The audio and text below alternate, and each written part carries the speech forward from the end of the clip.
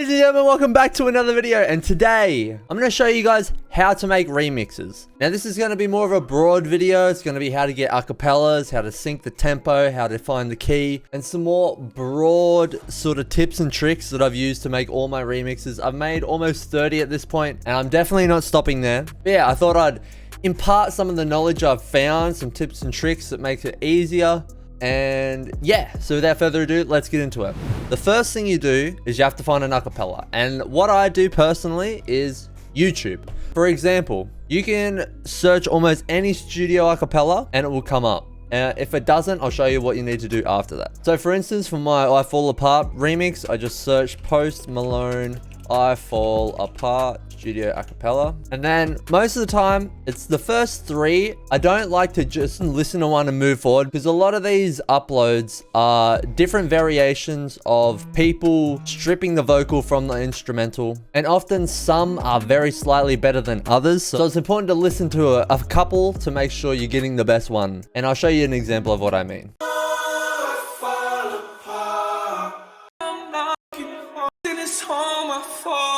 A really easy way to figure out whether the acapella is of good quality: go to the last chorus, where usually the instrumental will be at its largest and loudest. Surprise when you call me up, hardest damn. And if you can hear the reverb, the delay, and there's no ducking or like weird artifacts from the beat coming in, it's usually pretty good quality. Didn't know it before. Surprise when you call me up, go. See, for instance, that one, you can slightly hear the original melody in the background and a few artifacts from the original beat. So I probably wouldn't select this one. I think I might have used that one actually in the remix. But all of these that I've listened to so far are really good quality compared to some of the stuff you hear. But if it's 90% of the way there, honestly, if you mix it correctly, you won't have any trouble, to be honest. Once you put a beat over it, if that's what you're inclined to do, all those things would be sort of buried and you won't notice them as much, if at all. So that's good to keep in mind. I'm going to show you guys an example of a not so good acapella. This is probably going to get copyright claim, but I don't mind. See, that's an example of one that's not very good. If you didn't want the piano and the acapella, then this is obviously one you wouldn't use. But yeah, if you want a specific song and you can't find the acapella for it, all you gotta do is just go to the original song.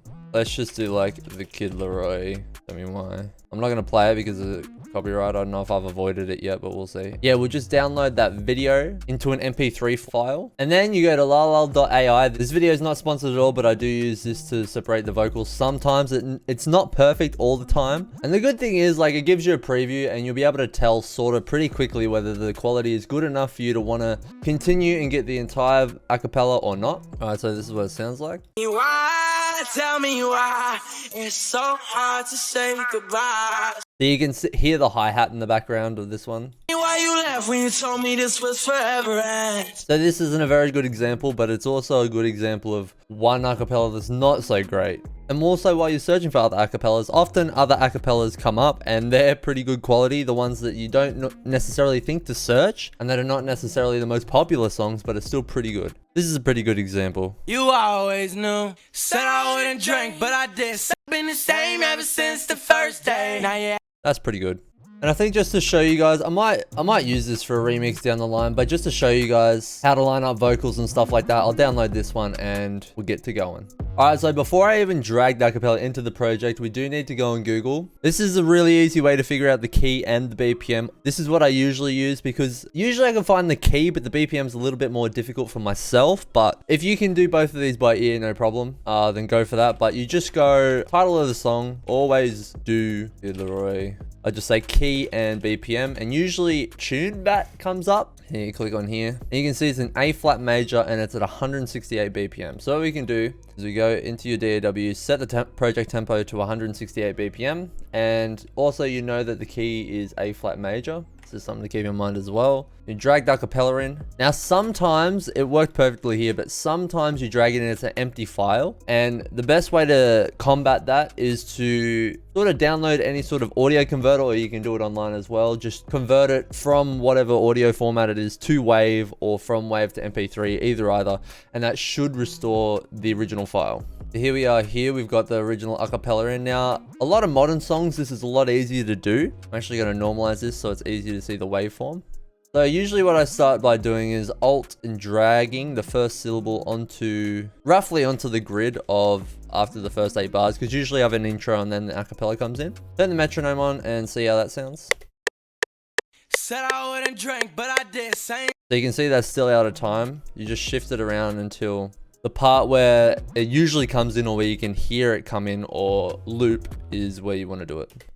Said I wouldn't drink, but so you can hear on this one, it said I wouldn't drink, and drink is the one of the loop, if that makes sense. So I'm going to drag that syllable over. Said I wouldn't drink, but I did. Same day. Should I lie to your face like I always do? That sounds pretty good. I'm going to go later in the song, because if the BPM is slightly different, and for older songs as well, it can go out of time a little bit. So it's good to go to the second half or the latter half of the song to sort of rectify any timing issues. I'm just going to shift it a little bit more, because most of the syllables are a little bit late. You always knew. Said I wouldn't drink, but I did. Same day. Should I lie to your face like I always do? Okay, that sounds good. Now, I'm just gonna, for simplicity's sake, lay down a chord progression, because often this is the most important part. Actually, before I do that, I'm gonna show you some basic processing on the vocal that you download from YouTube. I'll show you some effects that I put on most vocals, just due to the quality, and when you strip the vocal from the instrumental, things you need to do to sort of clean it up a little bit. So you drag it in, you put it on a mixer track, and usually I put this EQ to and cut out anywhere up to 200 hertz. You can usually see when you play the vocal how low the main frequencies go. So you sort of just bring it up to wherever the low notes end up. Ever since the first day. Now you're acting surprised, but bitch, you always knew. Maybe it's time for me to find somebody else. That sounds pretty good. Now, other things I like to put on here, really spilling the sauce today. Next, I'd like to put a compressor on here. This isn't necessarily something I do every time, but you can see in the waveform here when I normalize it, there's these peaks here and over here as well, which means it's really going to poke out, and the rest of the vocal is going to be a lot quieter because of that. So I'm just going to go over this section. So I'm just going to compress it a little bit and make sure all the levels are nice and even. So if you don't know how to compress, usually for vocals, you go like 4 or 3 to 1. And you just turn the threshold down until you start hearing it being compressed, which means like the volume's being attenuated down slightly. So I'll do a really aggressive version of this so you can sort of hear what's happening, and then I'll tone it back to where I would usually have it. Like I always do, like I always do, down, like I always do. And then I just turn up a little bit of makeup gain so it's nice and loud still. Now this little click or whatever it is still sort of loud and standing out. So maybe what I'd do is either automate it. So I would like chop this area in, make this unique, and then I would automate the volume. Yeah, that fixes it. Next, some creative effects I use a lot on vocals is obviously little alter boy. Basically just a pitch shift and a formant shifter. I like to play around with this, give it a little bit of a different feel, but a lot of the times I just leave it the way it is. Now you're acting surprised, but you always knew. Maybe it's time for me to find somebody else. Often if I do like it, but I don't want it throughout the whole song, I automate it. I automate a lot of things on remixes, like effects, volume, and other stuff like that. Because what you're basically doing is producing the entire song. Like you're taking the vocal, you're making the beat, you're mixing it, and then you're mastering it and putting it out. So basically like there's a lot of work that goes into remixes, but you'll soon figure that out when you start. Obviously delay and reverb, very important. Sometimes you want to throw a little bit on here or really crank it up to give it a little bit of a different feel. Again, I automate these two parameters. For instance, a little bit more reverb in the last chorus than like the rest of the song and stuff like that to give it a little bit of dynamics, some variation, and really build it up as a song does, build up into the last chorus. But that's very song specific, and you really need to be aware of where the song is going in terms of the vocals, because to make a really cohesive song. But yeah, get creative with the effects and just automate them. And something else I use for my vocals is a lot is I use gates, automate them coming into the hook or in other parts of the song. And I also use basic 5 or any other type of stutter for that matter. It has a really cool effect. You know, play around with it, see how it goes. And for the next part, I'm going to show you guys how to lay down a chord progression, because that honestly just builds the basis of your entire song. You can use a loop and that's totally fine. I do it most of the time as well. But if you want to cook up from scratch, I'll show you some tips that you can use to make sure you get a solid foundation. So for this song, I'm just going to bring up keys, which is what I usually do. And since we're in A flat major, I like to start on the 1 because a lot of modern songs do that. This is going to be song specific. And if any other note sounds good to you, feel free to use that. But A flat major is G sharp, so we're going to go to G sharp here. I'm actually going to start with the root notes or the bass notes of the chord progression, because that's again more of the foundation and it'll guide your chord progression. And for me, my philosophy is if the bass and the low end of the song is really good, then it's going to make everything else a lot easier, I guess is what I'm trying to say. So we'll start at A flat. It sounds like a 1-5 to me, so I'm going to go...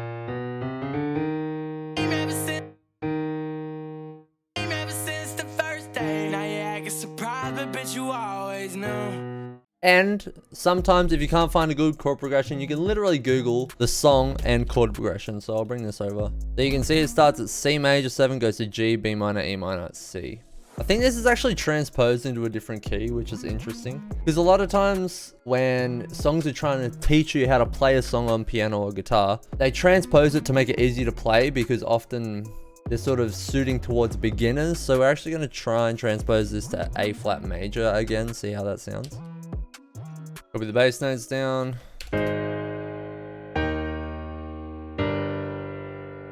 Said I wouldn't drink, but I did. Same day, shit, I lied to you. Okay, now that I've showed you how to start it, I'm going to show you a few tricks on how to finish it up. So for this example, I'm going to show you again my Post Malone remix. I did I Fall Apart. This is probably one of my favorite ones for sure. I remixed it into drill, and I'm just going to show you a few little tips and tricks that'll take your pretty good remix and just elevate it that extra level.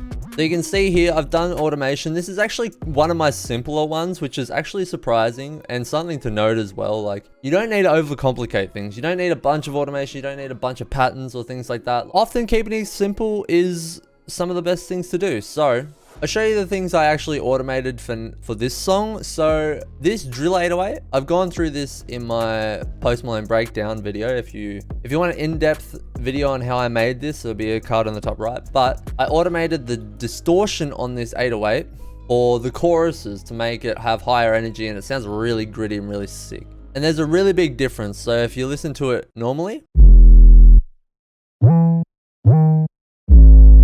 then with distortion,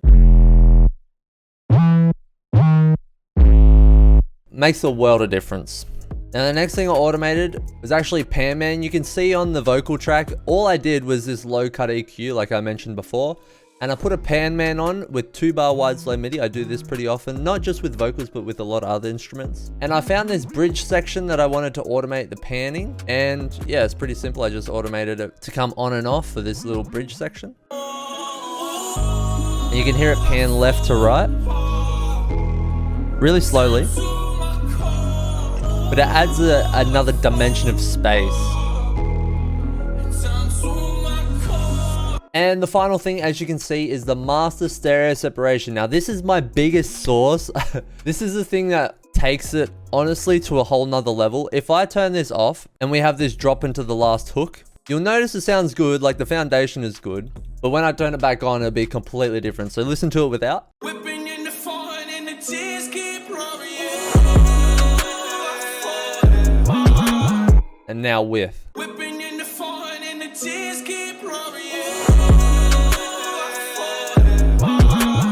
Like, that to me sounds night and day. Like, coming from really narrow, which you don't really notice so much as when it opens out again. And I do this often before the choruses. I turn the master stereo separation all the way to mono, if you see this here. And it slowly just gets smaller and smaller and smaller, only for a very, very small amount of time. If you have the entire verse, for instance, at 100% mono, it'll lose a lot of energy. And I usually only do that for like the intro or something like that when the vocal is not present. But yeah, that feeling of going from like 50 or 60% mono back to 100% stereo, or like just to where it should be. Sounds incredible to me.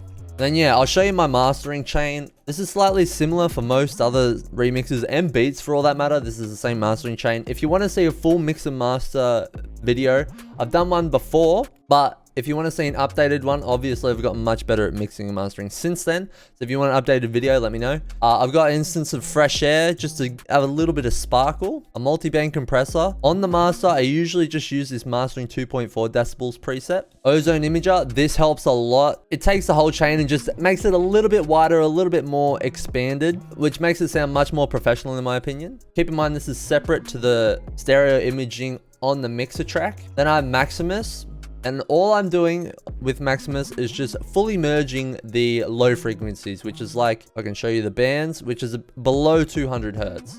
You can turn this down a little bit more, below 100, below 50 even, if you want less compression or less volume reduction, because the greater this band is, the more it's going to mono more frequencies. And when something's in mono, it's a little bit quieter than in stereo, and obviously less wide. So that's something to keep in mind. Next I have Fruity Limiter, have attack, release, and sustain all the way down. And then I just turn the ceiling up a little bit because I think the stock level of Fruity Limiter is just below 0 dB. And you want this clipping a little bit because I'll show you after in a second.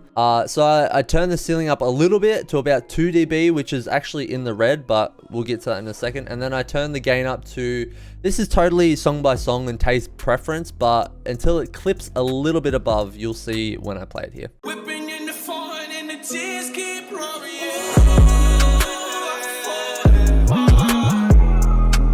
Now for the most part, I like my kick to punch through it quite a lot, just to distort it and give it a lot of grit. It just makes the mix a lot louder as well. And then like I said, because it is clipping above 2 dB,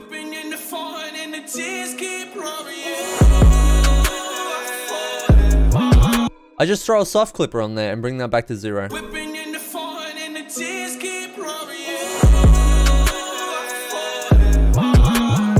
And the thing I like about the soft clipper, it still adds a little bit more warmth as well, but it also brings it down to 0 in a soft clipped way. But yeah, that's my mastering chain, and that's the video. I dropped a lot of gems in this one. This is actually a really good informational tutorial video. I think I pretty much covered everything. But yeah, if you like the video, subscribe if you want to see more content, hit the bell notification to burn for next time I post a video. And yeah, that's gonna be it. I appreciate you all for watching, and as always, stay safe, stay healthy, drink water, get good sleep, eat good food, and I'll see you guys in the next video. I love you.